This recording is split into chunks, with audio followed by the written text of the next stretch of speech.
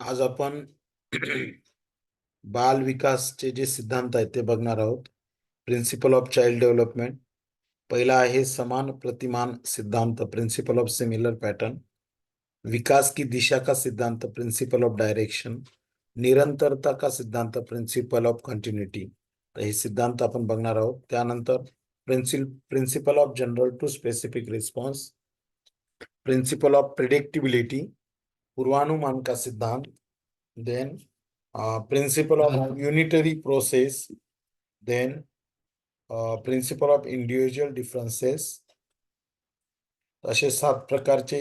नंतर principle of spiral versus linear advancement, वर्तुलाकार बनाम रेखीय प्रगति का सिद्धांत, अंतर संदर्भित विकास का सिद्धांत, principle of inter development. So ये बाल विकास के सिद्धांत हम देखने वाले हैं.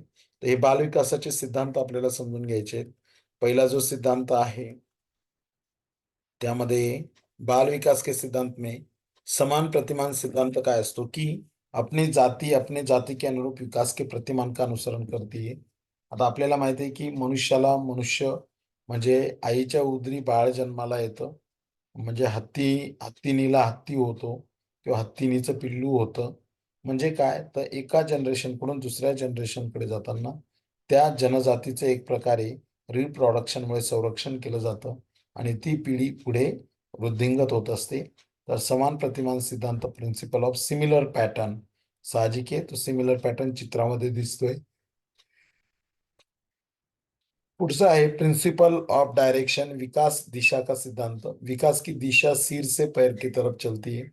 जब हमारी विकास की दिशा सिर से पैर की तरफ होती है तो इसे मस्कादोमुखी, सेफेलो कॉडल भी कहते हैं. मस्कादोमुखी म्हणजे आपला जो विकास होतो तो साधारणपणे जब हमारी विकास की दिशा सिर से पैर की तरफ म्हणजे डोक्यापासून तर पायांपर्यंतचा विकास जो असतो त्याला मस्कादोमुखी, कैफेलो कॉडल असं म्हटलं जातं.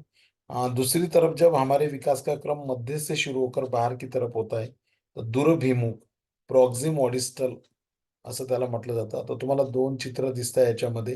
तर पहिल्या चित्रामध्ये जे लहान बाळ आहे त्या बाळाचा विकास हा मेंदूकडून पायांकडे झालेला आहे आणि दुसऱ्या बाळाचा विकास मधल्या भागी अगोदर झाला आणि त्यानंतर मग हातांकडे पायांकडे म्हणजे मधल्या भागाकडून बाहेरच्या भागांकडे ज्यावेळेस डेव्हलपमेंट होते त्याला दूरभिमुख प्रॉक्झिमोडिस्टल असं म्हटलं जातं.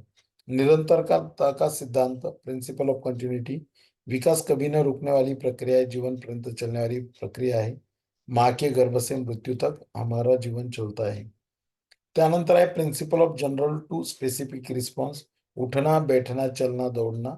तर हे साधारणपणे मग पहिले आपण उठतो, बसतो, चालतो, मग पळायला लागतो, मग फिरायला लागतो. म्हणजे सामान्य क्रिया अगोदर होतात. लहान बाळ रांगतं, मग एका बाजूने कानी उतानी होतं म्हणजे आपली कूस बदलतं आणि त्यानंतर मग बसायला लागतं, उठायला लागतं, चालायला लागतं आणि मग पळायला लागतं. तर सर्वप्रथम क्रिया ह्या सामान्य होतात आणि सामान्य झाल्यानंतर मग नंतर आपल्याला लक्षात येईल तर कशा पद्धतीने सामान्यपासून विशिष्ट क्रियांचा क्रम घडत असतो. त्यानंतर पुढे आहे पूर्वानुमान का सिद्धांत. विकास पूर्वानुमान होता है क्योंकि हम पहले अनुमान लगा सकते हैं कि विकास की किस दिशा में ज्यादा हो रहा है. तर विकास कोणत्या दिशेने जास्त होतोय तर आपण प्रिन्सिपल ऑफ प्रिडिक्टिबिलिटी नुसार पूर्वानुमानाचा सिद्धांत लावून कुठल्या बाजूने जास्त विकास झाला हे आपल्याला समजत असतं. एकीकरण का सिद्धांत, प्रिंसिपल ऑफ यूनिटरी प्रोसेस. इसमें हम देख सकते हैं कि या प्रोसेसमध्ये आपल्याला असं लक्षात येतं की साधारणपणे बच्चों में एकीकरण का गुण पाया जाता है. जब हम किसी एक काम को करने के लिए अपने हाथ पैरों को एक साथ मिलाकर काम करते तो वो एकीकरण म्हणजे ज्याला प्रिन्सिपल ऑफ युनिटरी प्रोसेस म्हटलं जातं की एक गोष्ट आपल्याला याच्यामध्ये लक्षात येते प्रिन्सिपल ऑफ युनिटरी प्रोसेसमध्ये की हा एकीकरणाचा गुण त्यामध्ये आपल्याला बघायला मिळत असतो किंवा आपल्यामध्ये सुद्धा पाहायला मिळतं की खऱ्या अर्थाने कोऑर्डिनेशन सगळ्या अवयवांमध्ये घडून येत असतं. त्यानंतर पुढचा जो सिद्धांत आहे तो आपण बघूया. व्यक्तिगत भिन्नता का सिद्धांत, प्रिंसिपल ऑफ इंडिव्हिज्युअल डिफरन्स. बच्चों का विकास व्यक्तिगत विभिन्नता के अनुसार चलता है। किसी में विकास की गति तेज तो किसी में कम होती है। बच्चों के विकास में इंडिविजुअल डिफरेंस हेरिडिटी और इन्वायरमेंट की पारस्परिकता पर डिपेंड करता है। इन्हीं दोनों की वजह से इंडिव्हिज्युअल डिफरन्स होते. साधारणपणे मुलांमध्ये जी काही विकासाची प्रक्रिया होते तर ती दोन गोष्टींवर असते.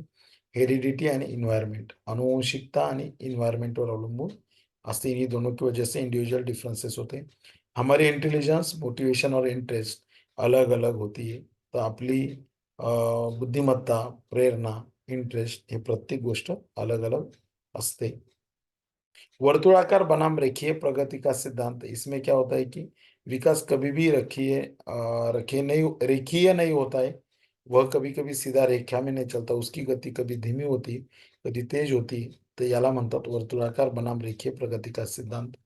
अंतर संबंधित विकास का सिद्धांत, principle of inter development, physically, mentally, cognitively किंवा ज्याला आपण इमोशनली म्हणूया, सोशियली, अन्य प्रकार के विकास अंतर संबंधित और परस्पर निर्भर करते हैं. तो साधारणपणे शारीरिक, बौद्धिक, संवेगात्मक, सामाजिक आणि अन्य प्रकार के विकास इसमें आते हैं. तर ह्या ज्या अवस्था आहेत ह्या आपण ऑलरेडी मागच्या 42 पानांच्या पीडीएफ मध्ये पाहिल्या, त्यामुळे मी ते घेत नाही. तर ह्या अवस्था आपल्या झालेल्या आहेत. पूर्व बाल्यावस्था, उत्तर बाल्यावस्था, किशोरावस्था. त्यानंतर बुद्धीच्या संदर्भात बुद्धीचे प्रकार आपण पाहिले होते. थॉर्नडाईक की बुद्धी के 3 प्रकार आहेत. हां. आता हा प्रश्न त्यावेळेस आपला विषय झाला होता, की प्रश्न आपण घेतले. तर मनात प्रश्न आला होता असं बऱ्याच जणांचे, की बुद्धीचे प्रकार कोणकोणते आहेत? तर इंटेलिजेंस का अर्थ तो समस्याओं को सुलझाने में मदद करती है. बुद्धि से ही व्यक्ति तर्क करता है, थिंकिंग करता है, इमेजिनेशन करता है. इंटेलिजेंस एक मल्टी डायमेंशनल है, कठिन योग्यताओं का एक सेट होता है. बुद्धि स्थायी और परिवर्तनशील होती है. बुद्धि अनुकूल स्थापित करने में हेल्प करती है. तो साधारणपणे बुद्धी या पद्धतीने काम करत असते. बुद्धी अनुकूल अडॅप्टेशन स्थापित करने में हेल्प करती है. बुद्धि स्थायी और परिवर्तनशील होती है. इंटेलिजेंस एक मल्टी डायमेंशनल और कठिन योग्यताओं का एक सेट होता है. बुद्धि से ही व्यक्ति तर्क करता है, थिंकिंग करता है, इमेजिनेशन करता है. इंटेलिजेंस समस्याओं का सुलझाने में भी मदद करती है. बुद्धि के प्रकार, टाइप्स ऑफ इंटेलिजेंस, थॉर्नडाइक के अनुसार बुद्धि के 3 प्रकार होते हैं. एक होता है मूर्त बुद्धि, कॉन्क्रीट इंटेलिजन्स. एक होता है अमूर्त बुद्धी, ॲब्स्ट्रॅक्ट इंटेलिजन्स. आणि सामाजिक बुद्धी, सोशल इंटेलिजन्स. तर साधारणपणे मूर्त बुद्धी म्हणजे काय असते, की जे आपल्याला डोळ्याला दिसतं, की ते काम करत आहे. उदाहरणार्थ मेकॅनिक असतो, कारिगर होत आहे. मग त्यामध्ये फॅब्रिकेशनवाला असेल, वर्कर असेल, कंपनीतला कर्मचारी असेल, तर ते आपल्याला दिसतंय, की अरे हां, हे आपल्या समोर काम करत आहे. जे डोळ्यांना दिसतंय त्यांचं काम, त्याला म्हटलं जातं कॉन्क्रीट इंटेलिजन्स, मूर्त बुद्धी. मूर्त बुद्धी म्हणजे जो बुद्धि हमें दिखाई नहीं देती, जो रिलेटेड होती है इमोशन और थॉट्स से. जिचा विचार हा भावना आणि विचारांशी संबंध असतो ज्या बुद्धीचा, त्यामध्ये मग कवी असेल, डॉक्टर असेल, चित्रकार असेल, तर यांचा त्याच्यामध्ये खऱ्या अर्थाने समावेश होत असतो. त्याला अमूर्त बुद्धी म्हणतात. इथे एक चित्र दिसतंय तुम्हाला. त्यानंतर आहे सामाजिक बुद्धी. सामाजिक बुद्धीमध्ये आपण पाहू शकतो, सोशल इंटेलिजन्समध्ये साधारणपणे जो समाजसेवी होते, समाज के लिए कार्य करते.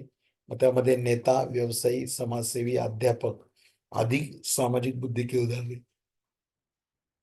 म्हणजे टीचर सुद्धा हा सामाजिक बुद्धीमध्ये येत असतो. 1916 मध्ये ई टर्मन यांनी बुद्धिलब्धि संबंधित सूत्र इन्होंने संशोधन किया था. Mental age divided by chronological age multiply by 100 हे आपलं झालेलं आहे. कोणत्या बुद्धीला काय म्हणतात हे आपण बघितलेलं होतं. प्रतिभाशाली बुद्धी. आता बुद्धी के सिद्धांत हे वरचं आपलं झालेलं आहे. मागची जी पीडीएफ पाठवली होती त्यामध्ये हे आपलं झालेलं आहे. पुढे आहे बुद्धि के सिद्धांत, थ्योरी ऑफ इंटेलिजेंस, एक कारक सिद्धांत, यूनिफैक्टर थ्योरी. एक कारक सिद्धांत का प्रतिपादन बिने ने केलेला है, अल्फ्रेड बिने ने किया है. इन्होंने बताया कि सभी व्यक्ति में एक ही प्रकार की बुद्धि होती है जो सभी कार्यों में कार्य करती है. तर याला युनिफॅक्टर थिअरी म्हटलं जातं, एक कारक सिद्धांत म्हटलं जातं. द्विकारक सिद्धांत, इस कारक को स्पियरमॅन द्वारा म्हणजे युनिफॅक्टर थिअरी कोणी मांडली तर अल्फ्रेड बिनेने मांडली. नंतर टू फॅक्टर थेरी जी मांडली ते स्पियरमॅनने मांडली. तर त्याने सांगितलं की बुद्धी दो तत्वों से मिलकर बनी होती है. त्याचं म्हणणं जी काही बुद्धी तयार होते ती ती दोन तत्वांनी बनलेली असते. आता याच्यामध्ये साधारणपणे सामान्य तत्व, जी फॅक्टर जनरल ॲबिलिटी, आणि विशिष्ट तत्व यस फैक्टर स्पेशलिटी. म्हणजे हर व्यक्ति में सामान्य बुद्धि जन्मजात होती है और यह हर किसी किसी में अलग अलग होती है. और विशिष्ट तत्व स्पेशल फैक्टर स्पेशल एबिलिटी, यह दूसरों से अर्जित करने वाली बुद्धि होती है. सो उसके बाद है समूह तत्व कारक सिद्धांत.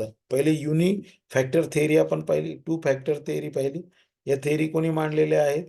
तर साधारणपणे इथे आपण जर पाहिलं तर बुद्धी के सिद्धांत हम देख रहे. तर त्याच्यामध्ये इथे स्पियरमॅनने सांगितलेली आहे. ही जी सांगितली ती बिनेने सांगितली युनी फॅक्टरमध्ये.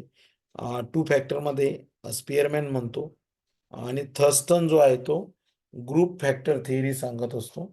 थर्स्टनचं म्हणणं काय आहे बघा, थर्स्टन असं म्हणतो की समूह तत्वकारक सिद्धांत ग्रुप फैक्टर थ्योरी, इस सिद्धांत का प्रतिपादन थर्स्टन द्वारा किया गया. इस सिद्धांत के अनुसार बुद्धि कई प्रकार की योग्यताओं का मिश्रण है जो विभिन्न समूहों में पाई जाती है. आता याच्या व्यतिरिक्त हावर्ड गार्डनर जो आहे त्याचा मात्र वेगळा सिद्धांत आहे पुन्हा. त्याने बहुबुद्धीचा सिद्धांत मांडलेला आहे हावर्ड गार्डनरने. तर तो असं म्हणतो, यह थेरी इस बात पर जोर देते की बुद्धि अलग अलग दशाएं फॉर्म्स में है. त्याच्यामध्ये शाब्दिक भाषाई बुद्धी, व्हर्बल लिंग्विस्टिक इंटेलिजन्स, वकील, कवी, पत्रकार याच्यामध्ये येतात. तार्किक गणितीय बुद्धीमध्ये मग तुम्हाला माहिती आहे की शास्त्रज्ञ आणि मॅथमॅटिशियन याच्यामध्ये येत असतात, हे आपलं झालेलं होतं. स्थानिक बुद्धीमध्ये मग मूर्तिकार, चित्रकारांचा समावेश होतो. शारीरिक बुद्धीमध्ये अभिनेता, अभिनेत्री, ॲथलीट, डान्सर यांचा समावेश होतो. संगीतात्मक बुद्धीमध्ये सिंगर, इंटरट्रेनर यांचा समावेश होतो. आंतरवैयक्तिक बुद्धीमध्ये इसके द्वारा दूसरे व्यक्ति के साथ कैसे इंटरैक्ट किया जाए यह पता चलता है. त्याला अंतर वैयक्तिक बुद्धि, इंटरपर्सनल इंटेलिजेंस म्हटलं जातं. जिन व्यक्तियों में इनका विकास अधिक हो तो वो नेता, सामाजिक कार्यकर्ता बनते हैं. अंतः व्यक्तिक बुद्धी, इंट्रापर्सनल इंटेलिजन्स, तर आध्यात्मिक गुरु जेवढे असतात त्या आध्यात्मिक गुरूंमध्ये आपल्याला ही बुद्धी बघायला मिळते. प्रकृतिवादी बुद्धि, इस बुद्धि के व्यक्ति की प्रकृति के नजदीक होते हैं. तर त्यांना किसान आपण म्हणतो, शेतकरी, ज्यांचा निसर्गाशी जास्त प्रमाणात संबंध येतो. अस्तित्ववादी बुद्धी, मग त्याच्यामध्ये साधू, संत, फिलॉसॉफर यांचा समावेश होतो. एग्जिस्टेंशियल इंटेलिजन्स म्हणतात. इस बुद्धि के व्यक्ति हर चीज के अस्तित्व के बारे में सोचते. ते या विश्वामध्ये असणाऱ्या प्रत्येक वस्तूच्या बाबतीत विचार करत राहतात.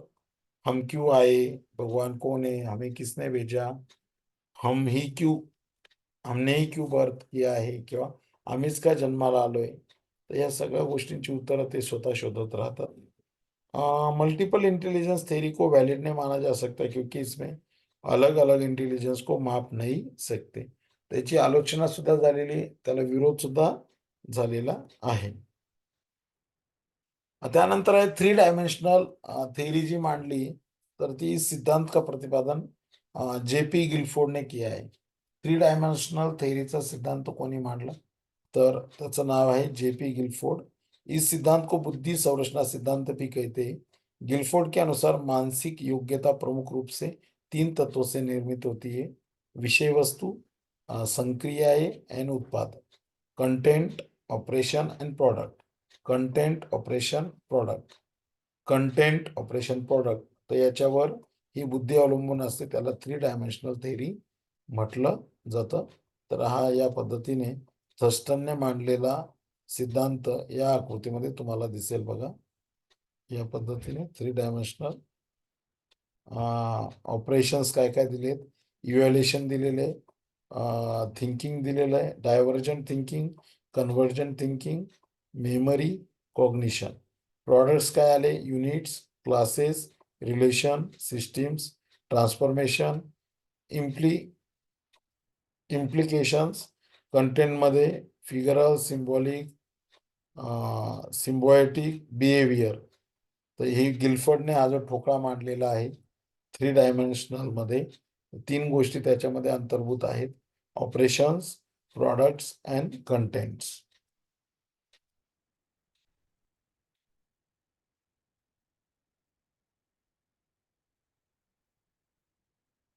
प्रतिपादन मात्र त्रिचापीय त्रिघटकीय सिद्धांताचं प्रतिपादन मात्र स्टर्नबर्गने केलेलं आहे. स्टर्नबर्गने सुद्धा 3 भाग केलेले आहेत बुद्धीचे. एक आहे अनुभवात्मक बुद्धी, घटकीय बुद्धी आणि संदर्भात्मक बुद्धी. Experimental intelligence, component componential intelligence, contextual intelligence. Sternberg याने बुद्धीचे 3 भाग पाडलेले आहेत. तो असं म्हणतो की अनुभवात्मक बुद्धि यह बुद्धि अनुभव पर आधारित होती है. व्यक्ति अपने अनुभवों से कुछ नई खोज करता है. व्यक्तीला जसे अनुभव येतात तो आपल्या एक्सपेरिमेंट किंवा एक्सपिरियन्स नुसार ह्या बुद्धीचा उपयोग करत असतो आणि मग तिथून काहीतरी क्रिएशन करत असतो. याला अनुभवात्मक बुद्धी असं म्हटलं जातं. दुसरा आहे घटकीय बुद्धी. घटकीय बुद्धीमध्ये जर आपण विचार केला तर घटकीय बुद्धि वाले व्यक्ति कल्पना शक्ति से ही बहुत कुछ सोच लेते हैं. अमूर्त बुद्धि वाले व्यक्ति होते ऐसे लोग हर चीज के पीछे कारण जानना चाहते हैं. तर याला घटकीय बुद्धी म्हणतात. कंपोनेन्शियल इंटेलिजन्स याच्यामध्ये म्हटलं जातं. आणि तिसरा प्रकार आहे संदर्भात्मक बुद्धी, कंटेक्स्चुअल इंटेलिजेंस. संदर्भात्मक बुद्धि व्यक्ति इसमें सूचनाओं को इस ढंग से उपयोग करने में सफल हो जाता है कि जिसको उसको अधिक से अधिक लाभ हो. यह व्यक्ति पर्यावरण के साथ समायोजन रखते व्यावहारिक त्याला संदर्भात्मक बुद्धी म्हणतात. तर स्टर्नबर्गने बुद्धीचे हे 3 प्रकार सांगितलेले आहे. पुढे अधिगम दिलेला आहे. कोणी वाचन करतं का? शक्य आहे कोणाला वाचणं?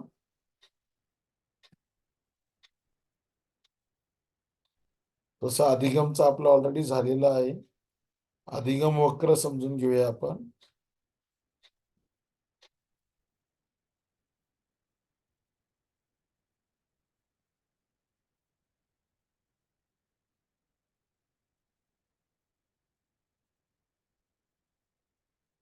अध्ययन म्हणजे काय ते ऑलरेडी आपलं झालेलं आहे. फक्त अधिगम वक्र आपण समजून घेणार आहोत. आहे कोणाला वाचन करणं शक्य? नाही तर मी कंटिन्यू करतो. टेक्स्ट मेसेज करा वाटल्यास. याच्यावर मेसेज करा. आहे कोणाला वाचणं शक्य? नाही तर मी कंटिन्यू करतो.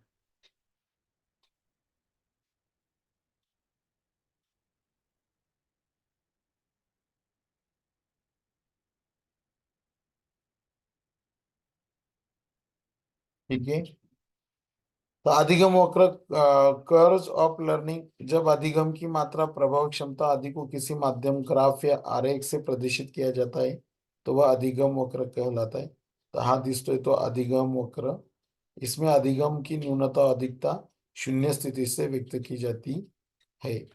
तर साधारणपणे अध्ययन वक्र जो असतो, कर्व्स ऑफ लर्निंग जो असतो, तर याच्यामध्ये 2 गोष्टी साध्य केल्या जातात. जो काही अभ्यास होतोय तो अधिक होतोय का, किंवा जे काही अचीव केलं जातंय, शिकलं जातंय, तर ते कमी आहे की जास्त आहे.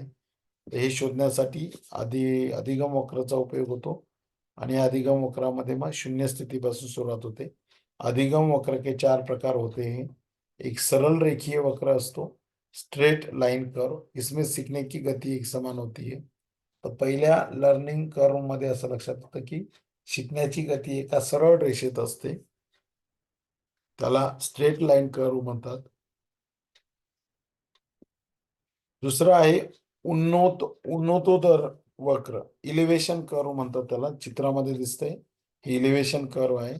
इसमें सीखने की गति जो होती है, इसमें सीखने की गति शुरू में तेज होती है और उच्चतम बिंदू पर पहुंचने के बाद सीखने की गति धीमी हो जाते. म्हणजे इथे हा विद्यार्थी शिकतो आणि इतका उंचावर जातो किंवा त्याची शिकण्याची जी गती आहे तर ती गती अतिशय वेगवान असते आणि नंतर मग धीमी होत होत ती धीमी होत जाते, कमी होत जाते. नतोदर अधिगम वक्र, कॉन्केव लर्निंग कर्व मध्ये काय होतं, तर साधारणपणे आपण जर विचार केला तर एक गोष्ट याच्यामध्ये लक्षात येते.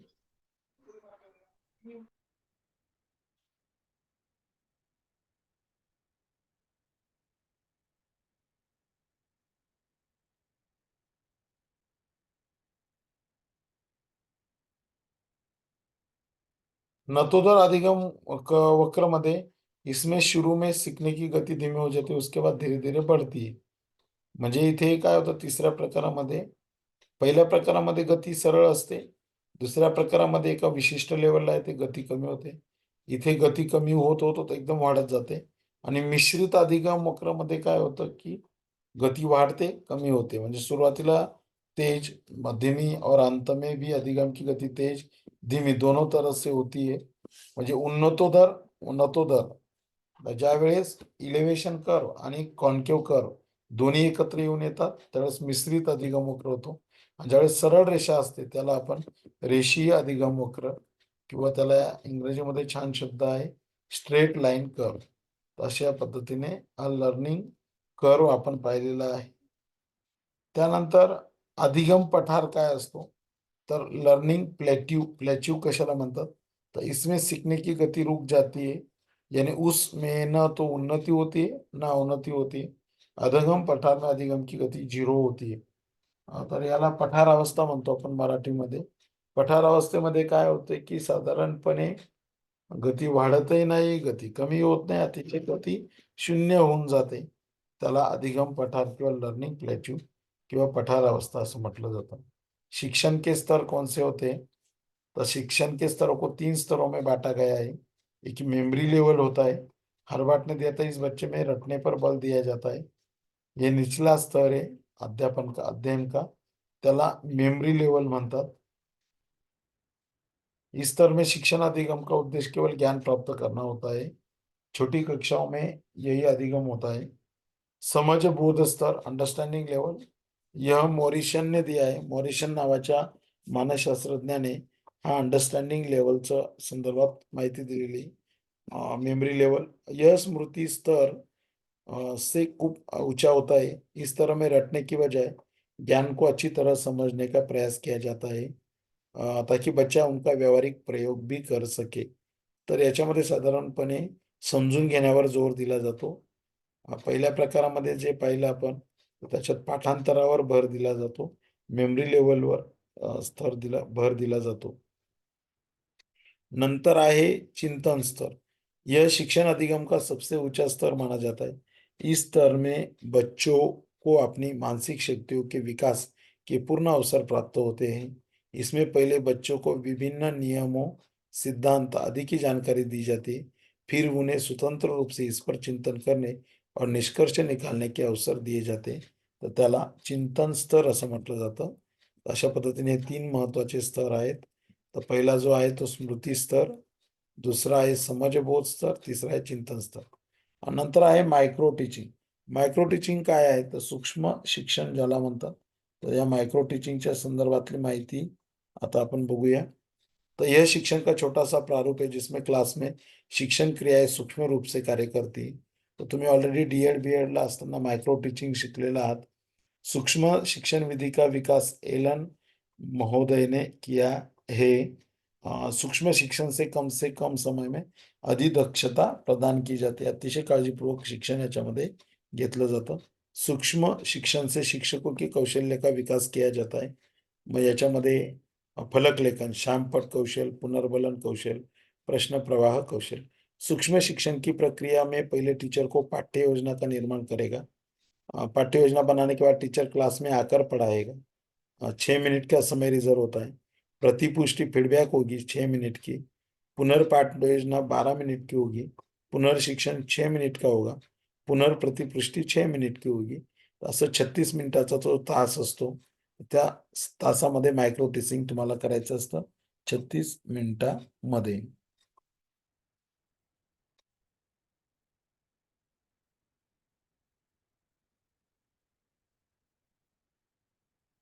अधिगम स्थानांतरण, ट्रांसफर ऑफ लर्निंग, जब कोई एक सीखा हुआ कौशल काम दूसरे सीखने के कौशल काम को प्रभावित करता है तो उसे सीखने का स्थानांतरण कहते हैं. जैसे ट्रक चलाने में सीखा गया कौशल कार चलाने की प्रक्रिया को प्रभावित करता है.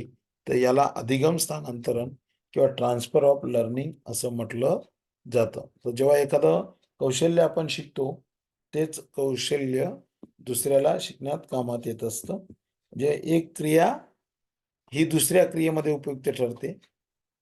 जसं की सायकल चालवण्याचं कौशल्य असेल तर टू व्हीलर चालवण्याचं कौशल्य आपोआप प्राप्त होत असतो. तर याच्यामध्ये ट्रान्सफर ऑफ लर्निंगचे प्रकार आहेत. एक आहे धनात्मक स्थानांतरण, दुसरं आहे ऋणात्मक स्थानांतरण, शून्य स्थानांतरण, क्षैतिज स्थानांतरण. हे 4 प्रकार बघूया, मग आपण थांबणार आहोत. तर स्थानांतरण के प्रकार: धनात्मक स्थानांतरण पूर्व ज्ञान, अनुभव, प्रशिक्षण नई बातों को सिखाने में सहायता करता है. तर पॉझिटिव्ह लर्निंग जे असतं त्याच्यामध्ये नवीन गोष्टी शिकायला मदत होत असते. किसी कार्य को करने को ज्ञान, योग्यता, अनुभव जब अन्य कार्यों को करने में सहायक होता है, तब उसे सीखने का धनात्मक स्थानांतरण माना जाता है. जैसे हिंदी भाषा का ज्ञान संस्कृत भाषा सीखने में सहायता प्रदान करता है. म्हणजे हिंदी भाषा शिकायचं असेल, शिकलेली असेल तर मग संस्कृत भाषा शिकण्यासाठी मदत होते. त्याला म्हणजे एकाचा उपयोग दुसऱ्या ठिकाणी, धनात्मक स्थानांतरण. ऋणात्मक स्थानांतरण म्हणजे किसी कार्य को करते समय उसका उपयोग दूसरे कार्य में नहीं होता होगा, त्याला ऋणात्मक स्थानांतरण म्हणतात. तेज चलने का अभ्यास दिल की बीमारी की स्थिति में चिकित्सक की सलाह से बावजूद धीमे चलने में बाधक होता है, इसे ऋणात्मक. किंवा भूगोलाचा अभ्यास करायचा आणि हिंदी शिकायचं, तर असं होऊ शकत नाही. भूगोलाचा अभ्यास करून हिंदी शिकायचं असं मात्र होऊ शकत नाही. ही एक गोष्ट या ठिकाणी बघायला मिळते. नंतर आहे शून्य स्थानांतरण. तर याच्यामध्ये साधारणपणे सीखने की प्रक्रिया में जब पूर्व अनुभव ना तो सहायक होता है ना ही बाधक होता है, तो वहां पर अधिगम का शून्य स्थानांतरण पाया जाता है. क्षैतिज स्थानांतरण जब किसी स्तर में अर्जित ज्ञान, अनुभव अथवा प्रशिक्षण का उपयोग व्यक्ति के द्वारा उसी प्रकार की लगभग समान स्थिति में किया जाता है, तो इसे सीखने का क्षैतिज स्थानांतरण कहते हैं. गणित में जोड़ घटाने के प्रश्नों को हल करने का अभ्यास उसी तरह विज्ञान के अन्य प्रश्नों को हल करने में काम आता है. त्याला क्षैतिज म्हणजे एकाच विषयाचं ज्ञान अनेक ठिकाणी उपयुक्त होत असेल तर त्याला क्षैतिज स्थानांतरण म्हटलं जातं. आणि शून्य स्थानांतरण मध्ये सीखने की प्रक्रिया में जब पूर्व अनुभव ना तो सहायक होता है, म्हणजे न तो पूर्वज्ञान जे आहे प्रिव्हियस नॉलेज ना तुम्हाला उपयुक्त ठरतं ना हानिकारक ठरतं, तर त्याला झिरो लर्निंग, झिरो स्थानांतरण म्हणतात. त्याला इंग्रजीमध्ये एक शब्द आहे तो ट्रान्सफर ऑफ लर्निंग. तर असे 4 प्रकार आहेत: धनात्मक, ऋणात्मक, शून्य आणि क्षैतिज मध्ये काय होतं की जब किसी स्तर में अर्जित ज्ञान, अनुभव या प्रशिक्षण उपयोग व्यक्ति के द्वारा उसी प्रकार की लगभग समान स्थिति में किया जाता है, इसे सीखने का क्षैतिज स्थानांतरण कहते हैं. गणित में जोड़ घटाने में प्रश्नों का हल करने का अभ्यास उसी तरह विज्ञान के अन्य प्रश्नों को हल करने में काम आता है. लर्निंग डिसॅबिलिटीज आपल्या ऑलरेडी झालेल्या आहेत त्या मागच्या पाठामध्ये, तर त्या अशा पद्धतीने आहेत बघा. एक चित्रामध्ये बघूया आणि मग थांबूया आपण. हे आहे डिस्लेक्सिया, पढ़ने में कठिनाई, शिकताना अडचण असेल तर डिस्लेक्सिया.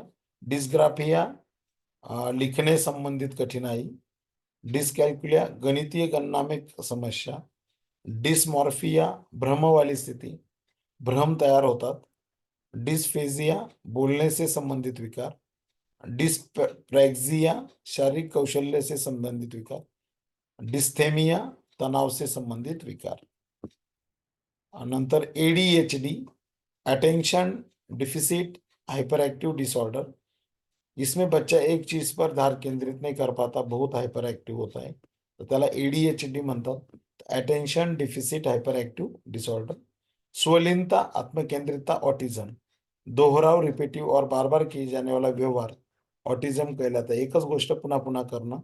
ये दिव्यांगता, सामाजिक संचार, सोशल कम्युनिकेशन में चुनौती का कारण बनती है. बाकी RPW ऍक्ट आपण उद्या बघणार आहोत. आता थांबूया. गुड नाईट, शुभरात्री, थँक्यू.